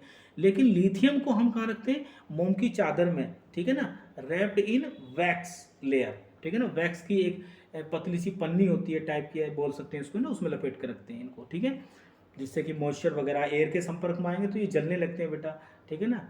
चलिए तो केमिकल रिएक्शन में सबसे पहली रिएक्शन देखिए बेटा, फर्स्ट एक ही रिएक्शन कराऊंगा केवल आज, अगली रिएक्शन जो है इसकी केमिकल रिएक्शन नेक्स्ट वीडियो में करूंगा बेटा, है ना, बड़ी वीडियो हो जाएगी फिर देखने में बोर लगता है बच्चों को, है ना। चलिए पहली रिएक्शन देखिए बेटा, first reaction with moist air, इस तरह से लिखा होगा, ये इसके साथ रिएक्शन करनी है आपको। क्लियर है, किसके साथ करनी है, मॉइस्ट एयर के साथ में रिएक्शन करनी है, ऐसा एग्जाम में लिखा होगा, ठीक है ना। अब इसमें हम क्या करेंगे बेटा, फर्स्ट और सेकंड डे दोनों की रिएक्शन करेंगे। देखो देखो बेटा मॉइस्ट एयर का मतलब क्या है भाई, मॉइस्ट का मतलब क्या हो गया भैया, पानी, तो इसका मतलब वाटर के साथ भी रिएक्शन होगी। और बेटा एयर का मतलब क्या हो गया, O2, ठीक है ना। और एयर में क्या होती है बेटा, एयर में तो नाइट्रोजन भी होती है, ये दोनों साथ ही रहती है ना। और साथ में बेटा क्या है, उसमें CO2 भी है। ध्यान से देखो बहुत इंपॉर्टेंट रिएक्शन है, ठीक है, कि जब भी आपको कहता है कि किसके साथ में रिएक्शन करो, मॉइस्ट एयर के साथ में करो, तो मॉइस्ट एयर का मतलब हो गया कि मान लो आपने एक फर्स्ट डे वाली मेटल ली, देखो ये फर्स्ट डे वाली कोई सी मेटल, कि हमारे पास मान लो क्या है बेटा, M है ये, तो M की रिएक्शन सबसे पहले किसके साथ होगी बेटा, O2 के साथ होगी। और तुम जानते हो बेटा O2 में O के पास कितना चार्ज होता है, -2, फर्स्ट डे वालों के पास कितना होता है, +1, तो क्या बनेगा बेटा, पहले ऑक्साइड बनेगा, M2O टाइप का, क्या बन गया, ऑक्साइड, ठीक है। अब ये जो ऑक्साइड है बेटा ये क्या करेगा, ये वाटर के साथ में रिएक्शन करेगा। अब जैसे ही किसी भी ऑक्साइड को पानी में डालोगे तो वो क्या बनाएगा बेटा, वो हाइड्रोक्साइड बनाएगा, क्या बनाएगा, हाइड्रोक्साइड। क्यों, यहाँ पर +1 है और यहाँ पे क्या है, OH है बेटा, तो ये ऑक्साइड पानी में डल के क्या बना लेगा, हाइड्रोक्साइड बनाएगा। इसलिए तो बोलते हैं हम इसको एल्केली। क्यों कहते हैं बेटा इनको एल्केली मेटल, क्योंकि इनके जो ऑक्साइड होते हैं ना वो वाटर में डिजोल्व होकर क्या बना लेते हैं, एल्केली बना लेते हैं। तो ये बेटा एल्केली बन जाएगा। अब इसमें क्या होगा बेटा, जो CO2 होगी, और तुम जानते हो एल्केली क्या करते हैं बेटा, CO2 को एब्जॉर्ब करके क्या बना लेते हैं, M2CO3। तो इस एक्चुअल में कितने प्रोडक्ट आपको मिले, अगर आपसे वो कहता है एग्जामिनर कि भाई सोडियम रिएक्ट विद, ध्यान से देखना, सोडियम रिएक्ट विद किसके साथ में भाई, मोइश एयर के साथ, किसके साथ में, मोइश एयर के साथ में रिएक्शन करता है, तो प्रोडक्ट क्या बनेंगे। तो देखो भैया प्रोडक्ट जिस ऑप्शन में ये सारे लिखे हों, क्या Na2O भी बनेगा बेटा, ठीक है ना। नंबर 2 पे क्या बनेगा भैया, बेस भी बनेगा, क्लियर है। और बेटा क्या बनेगा आपका, बोलो क्या बनेगा, बेस भी बन गया, और क्या बन गया, Na2CO3 भी बन गया। अब आप कहोगे सर यहाँ तो नाइट्रोजन तो अभी बची हुई है, तो भैया केवल लिथियम ही ऐसा होता है जो इस नाइट्रोजन के साथ रिएक्शन करके नाइट्राइड बनाता है, Li3n बनाता है, मेटल नाइट्राइड, ठीक है ना। तो बाकी कोई भी इस नाइट्रोजन के साथ में रिएक्शन नहीं करता। फर्स्ट डे में केवल लिथियम ही रिएक्शन करता है, और बेटा सेकेंड डे में सारे रिएक्शन कर लेते हैं, क्लियर है, ठीक है। तो जिस ऑप्शन में ये तीनों हो तो आप उस पर बेटा निशान लगा देना, ठीक है ना। हाँ, अगर लिथियम की रिएक्शन मोइस के साथ में करते तो लिथियम पहले किसके साथ रिएक्शन करता है बेटा, O2 के साथ, क्या बनाता, Li2O बनाता, ठीक है ना। फिर ये Li2O वाटर में डिजोल्व होकर क्या बनाता, अपना बेस बनाता, LiOH। अब ये LiOH फिर क्या बेटा, CO2 को एब्जॉर्ब कर लेता। तुम जानते हो बेस जो होते हैं ना, फर्स्ट डे वाले सेकेंड डे वाले बेटा, ये जो बेस होते हैं ना CO2 के, बहुत अच्छे एब्जॉर्बर होते हैं, तो Li2CO3 होता। तो कार्बोनेट बना, ऑक्साइड बना, बेस बना। अब क्योंकि बेटा क्या है, लिथियम किसके साथ रिएक्शन कर लेता है, नाइट्रोजन के साथ भी, तो Li3n भी बना। तो कितने प्रोडक्ट बने, 1 2 3 4, क्लियर है। तो आप नोट में यहाँ पे ये लिखेंगे बेटा कि भाई नाइट्रोजन के साथ में आपका सोडियम, पोटेशियम, Rb और सीजियम, बेटा ये वाले जो एलिमेंट हैं आपके, जब इनकी रिएक्शन नाइट्रोजन के साथ करते हो तो कोई प्रोडक्ट नहीं बनता है। तो फर्स्ट में केवल जब मोश एयर के साथ में रिएक्शन आएगी तो लिथियम के केस में 4 प्रोडक्ट बनेंगे। ये कई बार 1-2 बार एडवांस में पूछा गया है इंटीजर की फॉर्म में कि लिथियम रिएक्ट विद मोश एयर, ठीक है ना। तो टोटल प्रोडक्ट कितने बनेंगे बेटा, तो देखो कितने बनेंगे लिथियम के केस में, 1 2 3 4 बनेंगे बेटा। लेकिन अगर लिथियम के अलावा कोई दूसरा एल्केली मेटल्स है तो उसके केस में आपके पास में 3 प्रोडक्ट बनेंगे, नाइट्राइड नहीं बनेगा। अच्छा एक बात और ध्यान रखना बेटा, दुनिया में कोई भी नाइट्राइड हो, लिथियम नाइट्राइड एक या कोई भी नाइट्राइड हो, इसकी जब हम वाटर के साथ में रिएक्शन करते हैं तो एक बहुत ही खूबसूरत लाजवाब वाली गैस बना करती है। देखो यहाँ पर प्लस है और N के ऊपर कितना है, यहाँ पर -3 है। और जब इसका पानी में डालोगे ना, इसका हाइड्रोलाइसिस करोगे तो भैया ये वाला माइनस तो इसके साथ रिएक्शन करेगा और ये वाला इसके साथ रिएक्शन करेगा, तो इसके 3 इसके नीचे आ जाएंगे। तो भैया एक बहुत बढ़िया गैस बनती है ammonia gas, most pungent order वाली गैस, और साथ में क्या बनता है, LiOH। दुनिया में जितने भी मेटल नाइट्राइड होते हैं बेटा, उनका हाइड्रोलाइसिस करने पर कौन सी गैस बनती है, याद रखो अमोनिया गैस बनेगी, क्लियर। पहली रिएक्शन मैंने आपको करा दी। नेक्स्ट देखो बेटा, अच्छा अगर मैं मोइश एयर के साथ में बेटा सेकेंड डे वालों की रिएक्शन करूं बेटा, सेकेंड डे का मतलब भाई बेरिलियम है, मैग्नीशियम है, कैल्शियम है और बेटा स्ट्रोंशियम है, क्लियर है, बात समझ में आ रही है बेटा, और बेरियम है, क्लियर। तो रिएक्टिविटी तो ऊपर से नीचे चलने पर क्या होगी बेटा, बढ़ेगी, ठीक है ना। चलिए, तो मोइश एयर का मतलब है बेटा इनकी भी मोइश एयर के साथ में रिएक्शन करिए। तो मोइश एयर में क्या क्या बताया था आपको, पानी बताया था, आपको क्या बताया था बेटा, ऑक्सीजन है बेटा, नाइट्रोजन है बेटा, क्या है, CO2 है, ये सब चीज़ होती है, ठीक है। तो भैया सबसे पहले ये बहुत अच्छी बात है कि ये सारी की सारी इन सब के साथ में रिएक्शन कर लेंगे, यानी कि एल्केलाइन अर्थ मेटल जो है सारी की सारी, हालांकि बेरिलियम और मैग्नीशियम और कैल्शियम ये थोड़ी सी बढ़िया रिएक्शन करती हैं, नीचे जाकर इतनी बढ़िया रिएक्शन नहीं हो पाती नाइट्रोजन के साथ में, लेकिन फिर भी नाइट्राइड का फॉर्मेशन कर लेंगे, कोई दिक्कत नहीं है।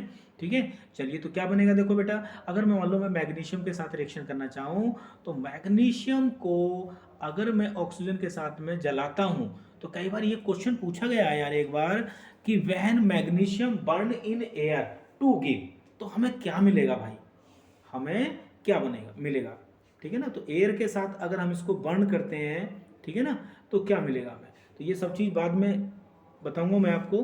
बर्न का मतलब कुछ और है तो मैग्नीशियम की अभी मोइस्ट एयर के साथ में कर रहे हैं, ठीक है। तो मैग्नीशियम पहले O2 के साथ रिएक्शन करेगा, क्या बनाएगा बेटा, MgO बनाएगा, क्लियर।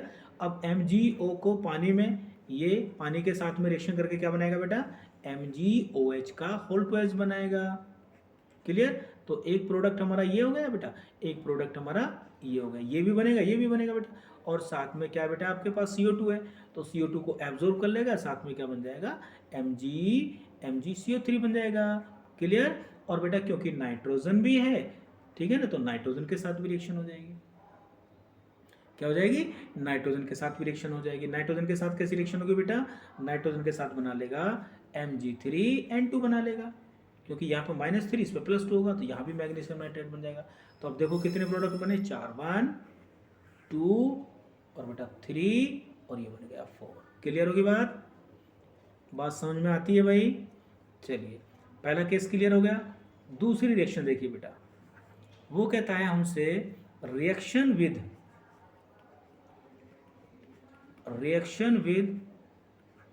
Hot air. अगले वीडियो में हम सारी केमिकल प्रॉपर्टी निपटालेंगे। हॉट एयर, भैया हॉट एयर का मतलब क्या है, मतलब O2 और डेल्टा है, ऐसे लिखा होगा। हॉट एयर का मतलब है भैया, अब की बार क्या कर दिया आपने, एयर को गर्म कर दिया। तो जब एयर को आपने गर्म कर दिया ना, तो वाटर क्या हो गया, उड़नछू वाटर आपका चला गया है, अब वाटर नहीं है, ठीक है ना, वाटर भी आपका नहीं है, और साथ में CO2 गैस भी आपकी उड़नछू हो गई है, क्लियर है। अब केवल हॉट एयर के साथ में जब रिएक्शन करोगे ना, तो O2 और बेटा N2 के साथ में रिएक्शन होगी, क्लियर है। किसके साथ में रिएक्शन होगी, O2 और N2। तो अगर एग्जाम में क्वेश्चन आता है कि हॉट एयर के साथ में रिएक्शन करिए, तो फिर O2 और N2 के साथ में रिएक्शन करनी है। मान लो कल को वो कहता है कि भाई सोडियम की रिएक्शन हॉट एयर के साथ में कराने हैं, तो हॉट एयर के साथ में इसका मतलब भैया ऑक्साइड बनेगा, क्या बनेगा, ऑक्साइड। एक तो ये बन गया बेटा, है केवल ऑक्साइड ही बनेगा। अब CO2 भी नहीं है, अब वाटर भी नहीं है, क्या नाइट्रोजन के साथ रिएक्शन करेगा, तो मैंने आपको बताया था कि कोई भी एल्केली मेटल नाइट्रोजन के साथ में रिएक्शन नहीं करता, केवल लिथियम ही ऐसा है जिसकी रिएक्शन आप हॉट एयर के साथ में करोगे, तो वो एक तो बनाएगा आपका ऑक्साइड, और एक बनाएगा, क्योंकि ये नाइट्रोजन से भी रिएक्शन कर लेता है, तो ये बनाएगा बेटा Li3N बनाएगा बेटा, क्लियर है। तो इन दोनों पे आप निशान लगाओगे कि लिथियम को अगर हम बेटा क्या करें, बर्न करें, ठीक है, लिथियम को बर्न कर दें बेटा एयर में, तो हमें क्या मिलेगा, हमें बेटा ऑक्साइड मिलेगा, नाइट्राइड मिलेगा। ऐसा ही क्वेश्चन अभी कुछ साल पहले बेटा जेई में पूछा गया था। क्या था क्वेश्चन, मैं आपको ये करा देता हूँ, देखिए जेई से रिलेटेड क्वेश्चन है, सभी देखेंगे ध्यान से। देखो बड़ी इंटरेस्टिंग चल रही है केमिकल रिएक्शन, बहुत इंटरेस्टिंग है इसके बेटा। क्वेश्चन ये है बेटा कि व्हेन मैग्नीशियम बर्न, इस तरह से burn air in air to give, ये ग्रामेटिक कोई प्रॉब्लम हो जाए तो उसको मत देखना, ठीक है, केमिस्ट्री पढ़ रहे हैं हम, इंग्लिश नहीं पढ़ रहे। तो बताओ बेटा क्या बनेगा यहाँ पे, जरा मुझे बताओ, क्या मैग्नीशियम ऑक्साइड बनेगा, बी ऑप्शन बताओ मुझे क्या बनेगा, MgO बनेगा, या फिर क्या बनेगा बेटा MgO2 बनेगा, ठीक है ना, या मुझे सी ऑप्शन बताइए बेटा Mg3N2 बनेगा बेटा, या फिर इसके साथ में क्या बनेगा MgO बनेगा, या फिर डी ऑप्शन अगर मैं ले लूँ नॉन ऑफ दिस, क्या बनेगा, नॉन ऑफ दिस बेटा, बोलिए क्या बनेगा। तो मैग्नीशियम तो बेटा देखो क्या करेगा, मैग्नीशियम एयर के साथ में अगर उसको बेटा हॉट एयर में जलाओगे तो जलने पे क्या बनाता है, मैग्नीशियम ऑक्साइड बनेगा। क्लियर। और साथ में तुम्हें पता ही है कि सेकंड ए वाले सारे के सारे बेटा क्या कर लेते हैं, नाइट्रोजन से रिएक्शन करके नाइट्राइड का फॉर्मेशन कर लेते हैं, ये वाला। क्लियर है। तो कौन सा ऑप्शन सही होगा बेटा, ये होगा। क्लियर है। सेकंड ए के सारे एलिमेंट बेटा किसका फॉर्मेशन करते हैं, नाइट्राइड का फॉर्मेशन कर लेते हैं। और बेटा अगर इसकी वाटर के साथ में रिएक्शन कराओगे ना तो बिल्कुल वही कौन सी गैस निकलेगी, अमोनिया गैस निकलेगी। क्लियर। तो ये होगी आपकी रिएक्शन किसके साथ बेटा, बोलो, हॉट एयर के साथ में। लास्ट रिएक्शन देखो, एयर की ही 3 केस होते हैं एयर के बेटा ये, और ये सब आपको पता होना चाहिए। नंबर 3 देखो बेटा, रिएक्शन विद ड्राई एयर, या तो ऐसे लिखा होगा या एनसीईआरटी में ऐसा लिखा हुआ है बेटा कि रिएक्शन विद बोलो ऑक्सीजन के साथ। तो ऐसे केस में केवल आपको रिएक्शन करनी है बेटा किसके साथ, O2 के साथ करनी है। ध्यान से देखो, केवल O2 के साथ में रिएक्शन करनी है, ठीक है ना। ऐसे केस में आपके पास में ना नाइट्रोजन है ना कुछ है। क्लियर है बात। तो ऐसे केस में आपको क्या करना है बेटा, जब ऑक्सीजन के साथ में रिएक्शन आएगी, और बेटा ये सबसे इंपॉर्टेंट रिएक्शन है, ठीक है ना, इसमें कई वैरायटी वाले प्रोडक्ट आपको मिलने वाले हैं, ठीक है ना। देखो ऐसे केस में बेटा अगर M की आप O2 के साथ में रिएक्शन करते हैं तो 3 तरह के प्रोडक्ट हमें मिला करते हैं। कितने तरह के मिलते हैं बेटा, 3 तरह के प्रोडक्ट। M का मतलब कोई भी मेटल हो सकती है बेटा, ठीक है ना। अभी मैं यहाँ बात कर रहा हूँ किसकी, केवल फर्स्ट ए की बात कर रहा हूँ। चलो एल्केली मेटल। तो देखो बेटा फर्स्ट ए में जब भी आप ऑक्सीजन के साथ में रिएक्शन करोगे तो एक तो आपको मिलेगा ऑक्साइड, क्या मिलेगा, एक मिलेगा बेटा आपको पेरोक्साइड और एक मिलेगा आपको सुपर ऑक्साइड। क्लियर है। ये जो M2O लिखा है बेटा, यहाँ पर O के ऊपर -2 चार्ज है, इसे हम बोला करते हैं ऑक्साइड। तो ये ऑक्साइड भी बनाएंगे बेटा। और ये जो मैंने लिखा है M2O2 बेटा, ठीक है ना, तो इसे कहते हैं हम बेटा पर ऑक्साइड। क्या कहते हैं इसको, पर ऑक्साइड कहते हैं। यहाँ पर कितना -2 है ये, ठीक है ना। तो ये भी क्या है आपका पर ऑक्साइड है। और ये जो बेटा मैंने लिखा है यहाँ पे MO2, इसको कहते हैं हम बेटा, यहाँ पर होता है इसके ऊपर -1 चार्ज, तो इसे हम बोला करते हैं बेटा सुपर ऑक्साइड। तो इसका मतलब ये हुआ बेटा कि अब हमें 3 प्रकार के ऑक्साइड टाइप मिलने वाले हैं ऑक्सीजन से रिएक्शन करने पे। एक ऑक्साइड बोलते हैं, एक को पेरोक्साइड, एक को सुपर ऑक्साइड। क्लियर है। चलिए देखते हैं बेटा फटाफट। अगर हम बात करें लिथियम की, और लिथियम की अगर आप ऑक्सीजन के साथ में रिएक्शन करते हो तो बेटा आपको मिला करता है क्या, यहाँ पर केवल ऑक्साइड मिलेगा। तो लिथियम केवल ऑक्साइड बनाता है, ये याद रखिए। और उसका रीज़न होता है बेटा इसका स्मॉल साइज। क्या होता है इसका स्मॉल साइज। छोटा साइज होने की वजह से बेटा क्या करता है, इसका जो पॉजिटिव चार्ज है ना, वो पॉजिटिव चार्ज जो है वो कम एरिया में फैलेगा, तो उसको कम नेगेटिव चार्ज की आवश्यकता पड़ेगी। क्लियर है। छोटा साइज होने की वजह से, ठीक है ना, इसका साइज क्या होता है बेटा, छोटा होता है। तो ये अपने पॉजिटिव चार्ज को, इसके पास पॉजिटिव चार्ज क्या है बेटा, वो कम फैला होगा, तो उसको न्यूट्रलाइज करने के लिए नेगेटिव चार्ज की क्या होगी, कम जरूरत पड़ेगी। तो ये बना लेता है ऑक्साइड केवल, ठीक है। अब आगे बात करें अगर हम सोडियम की, ठीक है ना, तो सोडियम जब ऑक्सीजन से रिएक्शन करेगा तो ये भी क्या बनाएगा बेटा, पहले तो बनाता है ऑक्साइड ही। क्या बनाता है, ऑक्साइड, ठीक है ना।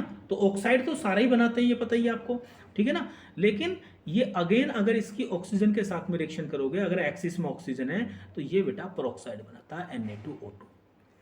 इसका मतलब सोडियम क्या करता है, ऑक्साइड और पेरोक्साइड दोनों बनाता है। अब ऐसा क्यों हुआ, देखो भाई सोडियम का जो साइज है वो लिथियम से क्या हो गया, थोड़ा सा बड़ा हो गया।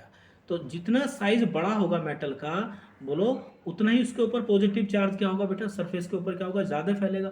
तो उस पॉजिटिव को स्टेबल करने के लिए नेगेटिव ज़्यादा की जरूरत पड़ेगी। तो ये क्या बना लेता है बेटा, बोलो, पेरोक्साइड का फॉर्मेशन कर लेता है। तो सोडियम एल्केली मेटल में एकमात्र ऐसा एलिमेंट है जो पेरोक्साइड बनाएगा। क्लियर है। अब बेटा, अब अगर आगे की बात करें, जैसे मान लो आपके पोटेशियम है, आपका Rb है, और आपका क्या है बेटा CS है, ठीक है ना। तो ये जब ऑक्सीजन से रिएक्शन करते हैं तो पहले ऑक्साइड तो बनेंगे, फिर वो ऑक्साइड दोबारा से जब ऑक्सीजन के साथ में रिएक्शन करेंगे, क्योंकि साइज इनका बड़ा हो गया है, तो इनका ये इलेक्ट्रोपॉजिटिव करैक्टर का है इनका ज़्यादा है, तो इनको ऑक्सीजन की ज़्यादा जरूरत पड़ेगी। तो ये सारे के सारे ऑक्सीजन से रिएक्शन करके बेटा क्या बना लेते हैं, ये 3 ऐसे होते हैं जो सुपर ऑक्साइड का फॉर्मेशन करते हैं, Rb, O2 और CSO2। क्लियर आ गई बात समझ में? सो साइज का कारण है केवल साइज, ठीक है ना। साइज बड़ा होने की वजह से ज़्यादा ऑक्सीजन की जरूरत पड़ेगी। भैया बड़ा कैटायन बड़े एनायन के साथ में जुड़ना पसंद करता है, तो इन्हें कहते हैं बेटा, हम क्या बोलते हैं, सुपर ऑक्साइड। क्या कहते हैं इनको? सुपर ऑक्साइड हम इनको कहा करते हैं, ठीक है ना, ये ध्यान रखना, ठीक है। अब ये जो सुपर ऑक्साइड होते हैं, एक्चुअल में अगर हम बात करें तो ऑक्साइड में जो O होता है आपका बेटा, वो क्या होता है, O-2 होता है। और जो पेरोक्साइड में हम लिखते हैं सिंबल को, पेरोक्साइड में क्या है बेटा हमारे पास, O2-2 है। क्लियर हो गया? और बेटा जो सुपर ऑक्साइड है, सुपर ऑक्साइड में हमारे पास में क्या है, ये होता है हमारे पास O2-1, ठीक है ना। तो MOT के बेसिस पर आप इनकी स्टेबिलिटी वगैरह सब कुछ देख सकते हो बेटा। क्लियर है? बात समझ में आती है बेटा? ऑक्साइड सबसे ज़्यादा स्टेबल होते हैं बेटा। तो अगर इनकी हम सॉरी रिएक्टिविटी की अगर हम बात करें ना, तो अगर इनकी रिएक्टिविटी की बात करें, स्टेबिलिटी की बात करें, हाँ रिएक्टिविटी की अगर हम बात करें इनकी, तो इनकी रिएक्टिविटी का तीनों का ऑर्डर होता है बेटा, ऑक्साइड, ऑक्साइड से ज़्यादा कौन बेटा, पेरोक्साइड, और पेरोक्साइड से ज़्यादा कौन होते हैं बेटा, सुपर ऑक्साइड। ये इनकी रिएक्टिविटी का। और स्टेबिलिटी का क्या हो जाएगा, स्टेबिलिटी का इनका उल्टा ऑर्डर हो जाएगा बेटा, ठीक है ना। स्टेबिलिटी में ऑक्साइड सबसे ज़्यादा होते हैं, उसके बाद बेटा पेरोक्साइड बेटा, ठीक है ना, और उसके बाद सुपर ऑक्साइड। कौन होते हैं, सुपर ऑक्साइड। ये इनकी स्टेबिलिटी का ऑर्डर होता है। रायमोटी के बेस पर आप इसको देख सकते हो बेटा। क्लियर होगी बात? ठीक है जी। अच्छा, ये जो ऑक्साइड होते हैं बेटा, जितने भी ऑक्साइड होते हैं ये होते हैं आपके डाईमैग्नेटिक। क्या होते हैं ये, डाई मैग्नेटिक होते हैं, ध्यान रखना। डाई मैग्नेटिक होते हैं, और बेटा क्या होते हैं ये, कलरलेस होते हैं, ठीक है ना। और जितने भी ये पेरोक्साइड होते हैं बेटा, ये पेरोक्साइड भी क्या होते हैं आपके, ये भी आपके डाई मैग्नेटिक होते हैं, और बेटा क्या होते हैं, कलरलेस होते हैं। क्या होते हैं, कलरलेस। लेकिन जितने ये सुपर ऑक्साइड होते हैं बेटा, ये सुपर ऑक्साइड, इनके पास एक अनपेड इलेक्ट्रॉन होता है ना, एक्स्ट्रा इलेक्ट्रॉन। तो ये होते हैं आपके पैरामैग्नेटिक, और बेटा कलर होता है इनका। हर सुपर ऑक्साइड का अपना अपना कलर होगा, आप इसको सर्च कर सकते हैं, याद कर सकते हैं, ठीक है, कलर को। तो ये होगी पेरोक्साइड, सुपर ऑक्साइड और बेटा ऑक्साइड की बातें, ठीक है। नेक्स्ट अगर हम बात करें बेटा सेकंड ए की, तो सेकंड ए में अगर हम बात करें बेटा, तो ये सेकंड ए के जो हैं बेटा, ये सारे के सारे ऑक्साइड तो बनाएंगे ही, ये ऑक्साइड का फॉर्मेशन तो करेंगे बेटा, इस प्रकार से BeO, इस प्रकार से MgO, और बेटा CaO, और बेटा SrO, और लास्ट में क्या आएगा बेटा, BaO। तो ऑक्साइड तो सारे ही बनाते हैं, दोनों वाले है ना, ये इस प्रकार के बनाएंगे। और ये जो सारे ऑक्साइड है ना बेटा, ये वाले, ये जितने मैं लिख रहा हूँ यहाँ पे, ये जो ऑक्साइड मैंने लिखे हैं यहाँ पे, ये सारे के सारे ऑक्साइड जो हैं आपके क्या हैं, ये बेसिक ऑक्साइड है। क्या इनके, बेसिक ऑक्साइड है, ठीक है ना। और इनका बेसिक ऑक्साइड का बेसिक नेचर ऊपर से नीचे चलने पर क्या हो रहा है बेटा, बढ़ रहा है। तो मेटेलिक करैक्टर बढ़ेगा तो बेसिक नेचर बढ़ेगी। लेकिन बेटा आपको ध्यान ये रखना है कि ये जो BeO है, एक्सेप्शनली, ठीक है ना, ये कैसा होता है बेटा, एम्फोटेरिक ऑक्साइड होता है। क्या होता है ये, एम्फोटेरिक ऑक्साइड होता है ये। क्या होता है ये, एम्फोटेरिक ऑक्साइड होता है। और जो फर्स्ट वाले जो आपके ऑक्साइड है ना बेटा, Li2O, Na2O, K2O, वो भी क्या होते हैं, सारे के सारे बेसिक ऑक्साइड होते हैं। बेसिक करैक्टर ऊपर से नीचे चलने पर क्या होता है, उनका बढ़ता है। अब देखो, क्योंकि ये अगर कोई आपसे ये पूछने लगे कि बेटा कि Be मेटल है या एम्फोटेरिक मेटल है, तो बेटा मेटल है, Be मेटल होती है, लेकिन BeO जो होता है बेटा, ये एम्फोटेरिक ऑक्साइड होता है, ये ध्यान रखना। क्लियर है? हाँ। अब एम्फोटेरिक जो होते हैं बेटा, ऑक्साइड जो होते हैं, उनकी रिएक्शन, क्यों कहते हैं इसको एम्फोटेरिक ऑक्साइड, क्योंकि भैया ये बेस और एसिड दोनों के साथ में रिएक्शन कर सकता है। क्लियर है? अरे एसिड के साथ में रिएक्शन करके क्या बनाएगा, BeCl2 प्लस क्या बन जाएगा भैया, H2O। क्लियर? यहाँ क्या बनेगा, ये इसके साथ में रिएक्शन करने के बाद में देखो क्या बनाएगा, ये बनेगा बेटा Na2BeO2, ये बनेगा इस प्रकार से, ये सोल्ट बनेगा, ठीक है ना। तो जितने भी एम्फोटेरिक के ऑक्साइड या सोल्ट या मेटल होती है ना, वो जब बेस के साथ में रिएक्शन करते हैं ना, तो इसी प्रकार का आपका सोल्ट बना करता है। अगर आप ZnO की रिएक्शन करते हैं ना, तो यहाँ बनता है Na2ZnO2। इसे बोलते हैं सोडियम बेरिलाइट, बेरिलेट बोलते हैं इसको, सोडियम बेरिलेट, ठीक है। तो इसीलिए इसको बोलते हैं हम एम्फोटेरिक ऑक्साइड। याद रखना, बेरियम का ऑक्साइड क्या होता है, बेरिलियम का बेटा क्या होता है ये, हाँ जी, ये होता है एम्फोटेरिक। क्लियर है, चलो।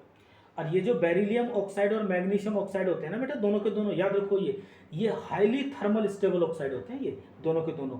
और इसलिए इनको यूज करते हैं हम रिफ्रैक्टरी मटेरियल के रूप में, फर्नेस में, ठीक है ना, याद रखो इसको, ठीक है। क्लियर बात होगी, चलो बेटा। तो नाइट्रोजन के साथ में रिएक्शन भी आपको याद होगी। नाइट्रोजन के साथ में फर्स्ट डे में लिथियम रिएक्शन करेगा, सेकंड डे में सारे के सारे कर लेंगे। क्लियर है। अब बेटा बात करते हैं हम, पेरोक्साइड भी बना लिए, सुपर ऑक्साइड बना लिए, और आपने ऑक्साइड भी बना लिए। तो भैया क्या सेकंड ए में सुपर ऑक्साइड बनेंगे? नहीं बनेगा जी। ध्यान से देखो, बेरिलियम, मैग्नीशियम और बेटा कैल्शियम, ये तीनों के तीनों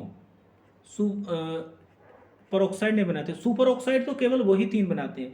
लेकिन अगर हम बात करें बेटा, मांगे कार SR और बेटा कौन, BA, ये वाला, ये दोनों के दोनों ऐसे एलिमेंट हैं बेटा, ठीक है ना, जो क्या बना लेते हैं, पेरोक्साइड बनाते हैं। तो सेकंड ए में पेरोक्साइड कितने एलिमेंट बनाते हैं भाई, दो बनाते हैं केवल, ठीक है ना। एक बनेगा SrO2 और एक बनेगा BaO2, ये बनेगा बेरियम पेरोक्साइड। क्लियर है। सुपर ऑक्साइड आपका कोई नहीं बनाएगा। क्लियर बात। चलिए जी, लास्ट बात देखते हैं आपको।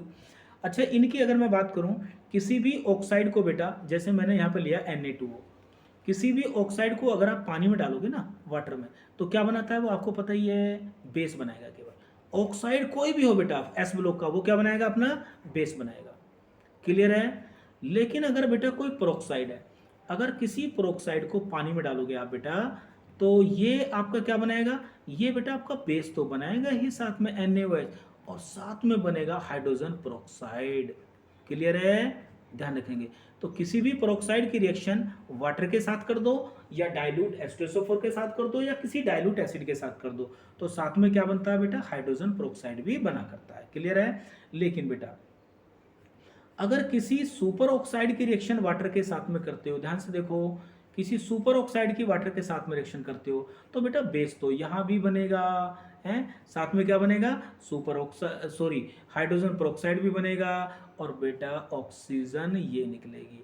और बेटा 2020 में ये क्वेश्चन पूछा गया है, कहाँ पर, जेई मेंस में, ठीक है ना। 4 केमिकल रिएक्शन थी कि बताओ भैया कौन वाटर के साथ रिएक्शन करके ऑक्सीजन गैस को लिबरेट करेगा। तो याद रखो, सुपर ऑक्साइड को पानी में डालते हैं तो क्या बनाता है, वो ऑक्सीजन गैस निकालता है, ठीक है ना। क्लियर होगी बात। अच्छा, लास्ट आगे बिल्कुल बेटा, 1 मिनट का काम और बचा हमारा, क्या कि भाई ये जो हमारे सुपर ऑक्साइड और पेरोक्साइड होते हैं बेटा, इनका यूज क्या होता है, ठीक है ना।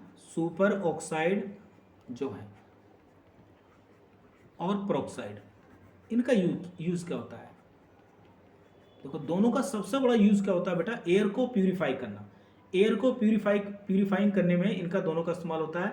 क्योंकि ये जो सुपर ऑक्साइड है बेटा, एयर में से क्या करता है, ये CO2 को एब्सॉर्ब कर लेता है, Na2CO3 का फॉर्मेशन करता है।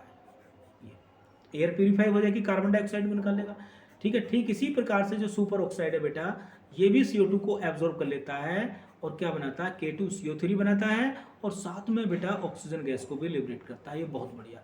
और ये जो पोटेशियम सुपर ऑक्साइड होता है ना, ये बहुत हाईली अनस्टेबल होता है। ये डिकम्पोज होकर पोटेशियम और O2 को लिबरेट कर लेता है बेटा, ऑक्सीजन गैस। इसलिए इस पोटेशियम सुपर ऑक्साइड को हम कहाँ ले जाते हैं बेटा, स्पेस में ले जाते हैं। इसको कहाँ यूज करते हैं, इसका स्पेस में इस्तेमाल करते हैं इसका, ठीक है ना। इनहेलिंग में ले जाते हैं बेटा, स्पेस कैप्सूल में इसका इस्तेमाल करते हैं, ठीक है। तो ब्रीथिंग में इसका इस्तेमाल करते हैं, ठीक है। जो सबमरीन वगैरह होती है वहाँ पे इसका इस्तेमाल करते हैं बेटा, ठीक है ना। चलो, तो ये होगा हमारा बेटा पोर्शन एस ब्लॉक की केमिकल प्रॉपर्टी का। एक केमिकल रिएक्शन मैंने आपको बताई, ठीक है ना। तो इनके यूज वगैरह आप पढ़ लेना। स्पेस में कैप्सूल ले जाते हैं बेटा, हाई एल्टीट्यूड पे इसको ले जाते हैं, ठीक है ना। ठीक है, क्योंकि ये डिकम्पोज होकर क्या करता है बेटा, O2 को रिलीज करता है, ठीक है ना। तो CO2 जो होती है, जो सबमरीन वगैरह होती है नीचे, ठीक है ना, वहाँ पर भी क्या काम करता है, ये CO2 को एब्जॉर्ब कर लेता है, ठीक है ना, और बदले में क्या देता है, ऑक्सीजन को रिलीज करता रहता है। एयर को प्यूरिफाई करने में इसका काम आता है, ठीक है। चलो, तो ये थी हमारी बेटा केमिकल रिएक्शन। और आगे जो अभी 5 केमिकल रिएक्शन और हैं, और साथ में हम पढ़ेंगे कल सोडियम हाइड्रोक्साइड की केमिकल रिएक्शन, ठीक है। यानी कि अब chemical reaction with super trick आने वाली है, ठीक है। तो ये पोर्शन आपको पसंद आया होगा, इसको एक बार ध्यान से सुनिए, पढ़िए, कॉपी में नोट करिए, ठीक है ना। चलिए बेटा, और अपना बहुत ज़्यादा ख्याल रखिए।